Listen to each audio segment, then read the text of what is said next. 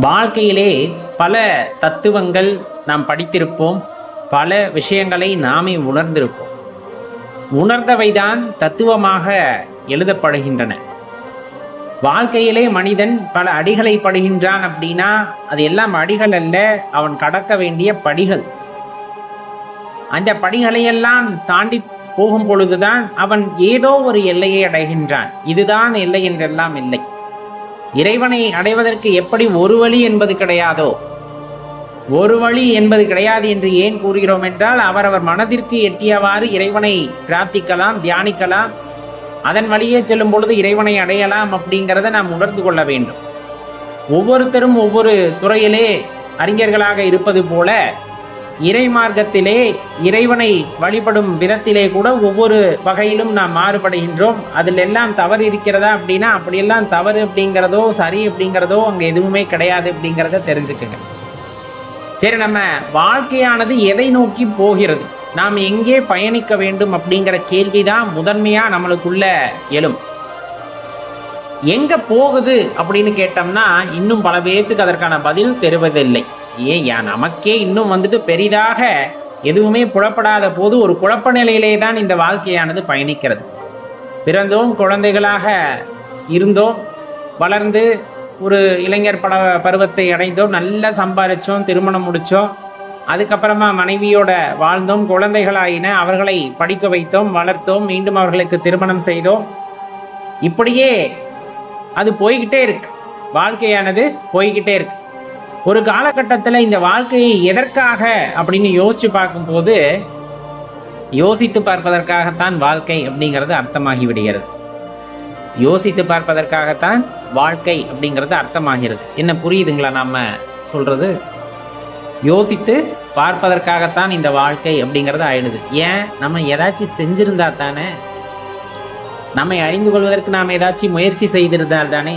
எதுவுமே இல்லாதப்ப கைகாலெல்லாம் அசந்துரும், நிற்கிறதுக்கு முடியாது, நடக்க முடியாது, சாப்பிட முடியாது, வயிறு பசிக்காது.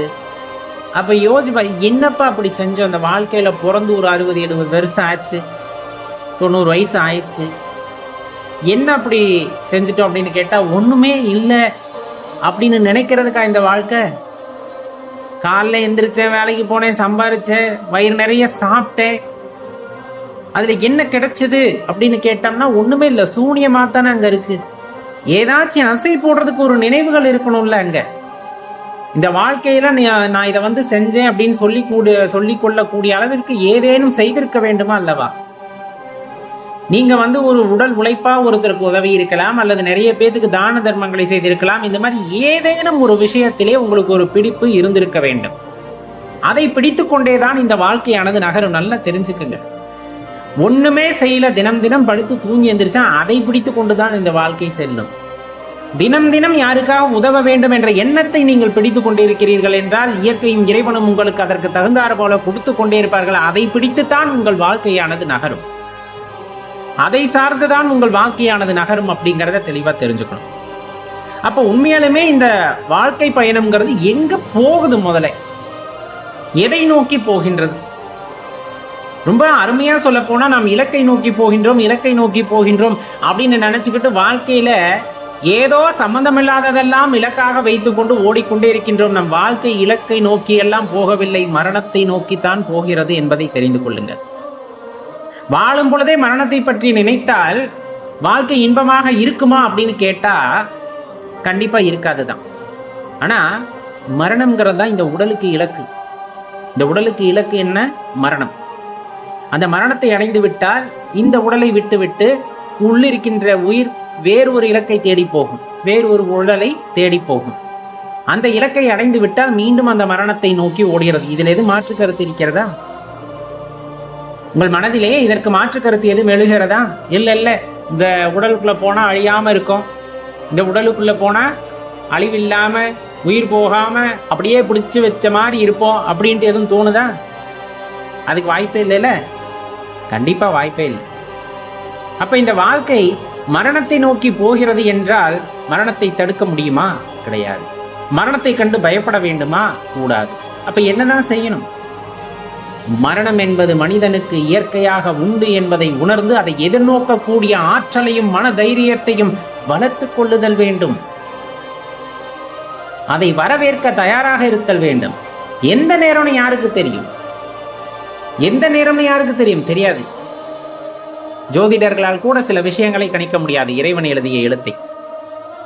அப்படிப்பட்ட சூழ்நிலையிலே மரணத்தை எதிர்கொள்ள வேண்டும் என்ற துணிவு ஒருத்தனுக்கு வந்துவிட்டால் வாழ்க்கையிலே எதை வேண்டுமானாலும் செய்யலாம் என்ற அந்த அழுத்தம் அவன் மனதிற்குள் உண்டாகிவிடும். அந்த அழுத்தமானது சரியானதாக நீதிக்குட்பட்டதாக இருத்தல் வேண்டும். தர்மத்தின் வழி இருத்தல் வேண்டும். அதர்மத்தின் வழி செல்லக்கூடாது. நமக்கு தான் மரணம் வந்துடுமே, அப்ப 4 பேர்த்த கொள்ளையடிப்போம், ஒரு கான்ட்ராக்ட் எடுத்து ஒரு 5000-6000 கோடி அடிச்சு வைப்போம், இந்த ஏழை மக்களுக்கு போற காசெல்லாம் நம்ம பதுக்கி வைப்போம். இதுவா வாழ்க்கை? இதுவா வாழ்க்கைன்னு கேட்கிறேன். வாழும் பொழுதே உன்னை போற்ற வேண்டும். மக்கள் உன்னை போற்ற வேண்டும். இவன் போல் யார் என்று சொல்ல வேண்டும். உன் மரணத்தின் தருவாயில் உன் உறவுகள் அழுவது பெரிதல்ல. உனக்கு ஒரு உறவும் இல்லாத ஒருவன், உனக்கும் அவர்களுக்கும் சம்பந்தம் இல்லாத ஒருவன் உனக்காக உண்மையாக ஒரு துளி கண்ணீர் விட்டான் என்றால் அந்த இடத்தில் தான் நீ வாழ்ந்திருக்கிறாய் என்பது பொருளாகும். இந்த வாழ்க்கையை மாயை என்னும் ஒரு கட்டமைப்புக்குள் இருந்தாலுமே கூட அந்த மாயையிலிருந்து விடுபட வேண்டும் என்றாலும் நமக்கு ஒரு தெளிவு பிறத்தல் வேண்டும். இந்த மரணத்தை இலக்காக கொண்டு எனது வாழ்நாள் இன்னும் எண்ணப்பட்டு கொண்டிருக்கிறது என்ற எண்ணத்தை மனதுக்குள்ளே விதைத்துக் கொண்டு என்னென்ன நல்லவைகளை செய்ய முடியுமோ அதற்குள் அத்தனை நல்லதையும் இந்த உலகத்திலே இருப்பவர்களுக்கு செய்துவிட வேண்டும், அந்த ஜீவராசிகளுக்கு செய்துவிட வேண்டும் என்று வாழ்க்கை ஒருபுறமாக நகரும். அப்படி எண்ணிவிட்டால் அது ஒருபுறமாக நகரும். இது ஒரு வகையான வாழ்க்கை. எனக்கு கொடுக்கப்பட்ட வாழ்க்கை இவ்வளவுதான், அது என்று வேணாலும் வரலாம், ஆனால் அதற்குள் நான் இறைவனை உணர்ந்து கொள்ள வேண்டும் என்று வாழ்க்கை விடாபிடிவாதமாக பிடித்துக் கொண்டு இறைவன் கொடுத்த இந்த உடம்பை அதற்கு ஆயுதமாக பயன்படுத்தி கொண்டு அதனுள்ளே குடிகொண்டு அந்த அற்புதத்தை உணர்வதற்கு முயற்சி செய்கின்றோம் என்றால் அது ஒரு விதமான வாழ்க்கை. அது ஒரு விதமான வாழ்க்கை. எதுவும் வேண்டாம், சாவுதான் வரப்போதே, மரணம் தான் வரப்போதே, நான் என்ன செஞ்சு என்ன பண்ண போறது, எவ்வளவு புண்ணியம் செஞ்சு என்ன பண்றது, நான் பாட்டு திங்கிறேன் தூங்குறேன், தூங்கி எந்திரிச்சு அடுத்த நாள் திங்கிறேன் தூங்குறேன், இப்படியே இருந்துட்டு போறேன் அப்படிங்கிறது ஒரு வாழ்க்கை. மரணம் வருவதற்கு முன்னால் எல்லா சுகபோகங்களையும் அனுபவித்து விடுகிறேன் என்பது ஒரு வாழ்க்கை. இதுல எது உண்மையானதாக இருக்கும் என்று யோசித்து பாருங்கள். உண்மையான பொருளை தேடுவதுதான் உண்மையான வாழ்க்கையாக இருக்கும். அதையும் மரணத்திற்கு முன்னே தேடுவது அப்படிங்கிறது ரொம்ப சிறப்பாக இருக்கும். மரண தருவாயிலே சென்று கொண்டு இறைவா இறைவா இறைவா என்று கதறினாலும் இறைவன் நாமத்தை மட்டுமே நம்மால் சொல்ல முடியும். இறைவன் நாமத்தை மட்டுமே சொல்ல முடியும். அதிலும் ஒரு புண்ணியம் உண்டு, இல்லை என்றெல்லாம் சொல்லவில்லை. ஆனால் இருக்கின்ற காலத்தையெல்லாம் வீணாக அழித்துவிட்டு அதிலே வாழக்கூடாத வாழ்க்கையெல்லாம் வாழ்ந்துவிட்டு செய்யக்கூடாத தவறுகளை எல்லாம் செய்துவிட்டு சேர்க்கக்கூடாத பாவத்தையெல்லாம் சேர்த்துவிட்டு இறுதி காலத்திலே இறைவன் பெயரை சொல்லி மட்டும் கிடைக்கின்ற புண்ணியத்தை வைத்து என்ன செய்ய முடியும்? வாழும் போதே நீ இறைவனை உணர்ந்திருக்க வேண்டுமே, வாழும் போதே அந்த அற்புதத்தை உணர்ந்திருக்க வேண்டுமே. உன் வாழ்க்கை மரணத்தை நோக்கிதான் செல்கிறது என்பதை மறந்துவிட்டு நீ ஆடிய ஆட்டம் கொஞ்ச நஞ்சமல்லவே. நாம் ஆடுகின்ற ஆட்டம் கொஞ்ச நஞ்சமா? நம்மை யாராலும் வெல்ல முடியாது. நான் இந்த உலகத்திலே தலை சிறந்தவன், நான் நினைத்தால் எதையும் நடத்தி முடிப்பேன், எனக்கு நிகர் யாரும் இல்லை, எனக்கு நிகர் யாரும் இல்லை. இந்த அகங்காரம் எல்லாம் எம்மாத்திரம் இறைவன் முன்னால். பிரபஞ்சத்தை படைத்தவனுக்கு நீ ஒரு பொருட்டே கிடையாதே. உன் மனதிலே அன்பில்லை என்றால் நீ ஒரு பொருட்டே கிடையாது அவருக்கு. அவரை பொறுத்தளவு உன் மனது முழுவதும் அன்பால் நிறைந்திருக்கிறது என்றால் நீதான் அனைத்தும் அவருக்கு. இறைவனை பொறுத்தளவு எல்லாமே நீதான். உன் அன்பிற்கு ஈடு இணை இல்லை, உன் எண்ணங்களுக்கு ஈடு இணை இல்லை, எல்லாம் தூய்மையானதா இருக்கு அப்படின்னா நீதான் அவருக்கு எல்லாமே. அப்ப அப்படிப்பட்ட ஆற்றலுடைய ஒரு மனிதன், தன்னை உணர்ந்து கொள்ள வேண்டும் என்ற வேட்கை உள்ள ஒரு மனிதன், மரணத்தை கண்டு அஞ்சாமல் அதை எதிர்த்து நிற்கக்கூடிய, அதை ஏற்றுக்கொள்ளக்கூடிய மனப்பக்குவத்திலே ஒருத்தன் இருக்கிறான் என்றால் அந்த மரணம் வருவதற்கு முன்னால் தன்னை உணர்ந்து கொள்ள வேண்டும் என்ற முயற்சியில் தீவிரமாக அவன் இருப்பான். அதற்கான பலனையும் இறைவன் கொடுப்பார். அதற்கான பலனையும் இறைவன் கொடுத்து விடுவார். அப்படிப்பட்ட ஒரு எண்ணம் உங்கள் மனதிலே தோன்ற வேண்டும் என்றால் அமைதியாக அமர்ந்து யோசித்து பாருங்கள். உங்களுக்கு வயது என்ன வேணாலும் இருந்துட்டு போதுங்க. 10 வயசு தான், 15 வயசு தான், 20 வயசு தான், 40 வயசு தான், 50 வயசு தான், 60 வயசு, 70 வயசு ஆயிடுச்சு, எத்தனை வயசு ஆனாலும் சரி அமைதியா இறைவன் முன்னால் சென்ற மருந்து பிறந்தது முதல் இப்ப இருக்கிற வரல என்னென்ன நல்லது செஞ்சிருக்கீங்க யோசிச்சு பாருங்க. ஒரு பேப்பர் எடுத்துக்குங்க, கடன் எழுதணும். எப்படி?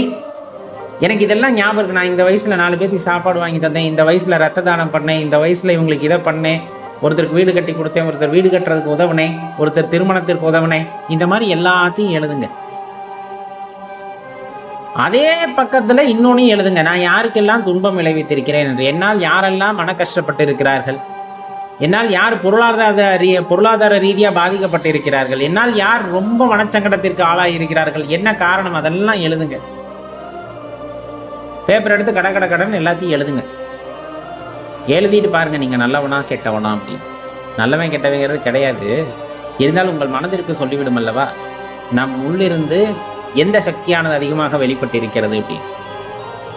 உள்ளிருக்கின்ற தெய்வாற்றல் வெளிப்பட்டு இருக்கிறதா அல்லது அரக்கன் வெளிப்பட்டு இருக்கிறானா அப்படிங்கிறத அதை கேளுங்க. எந்த பக்கத்தில் அதிகமாக எழுதிட்டீங்கன்னு பார்த்தா தெரிஞ்சிடும். ஆனால் மனசாட்சிப்படி எழுதணும்.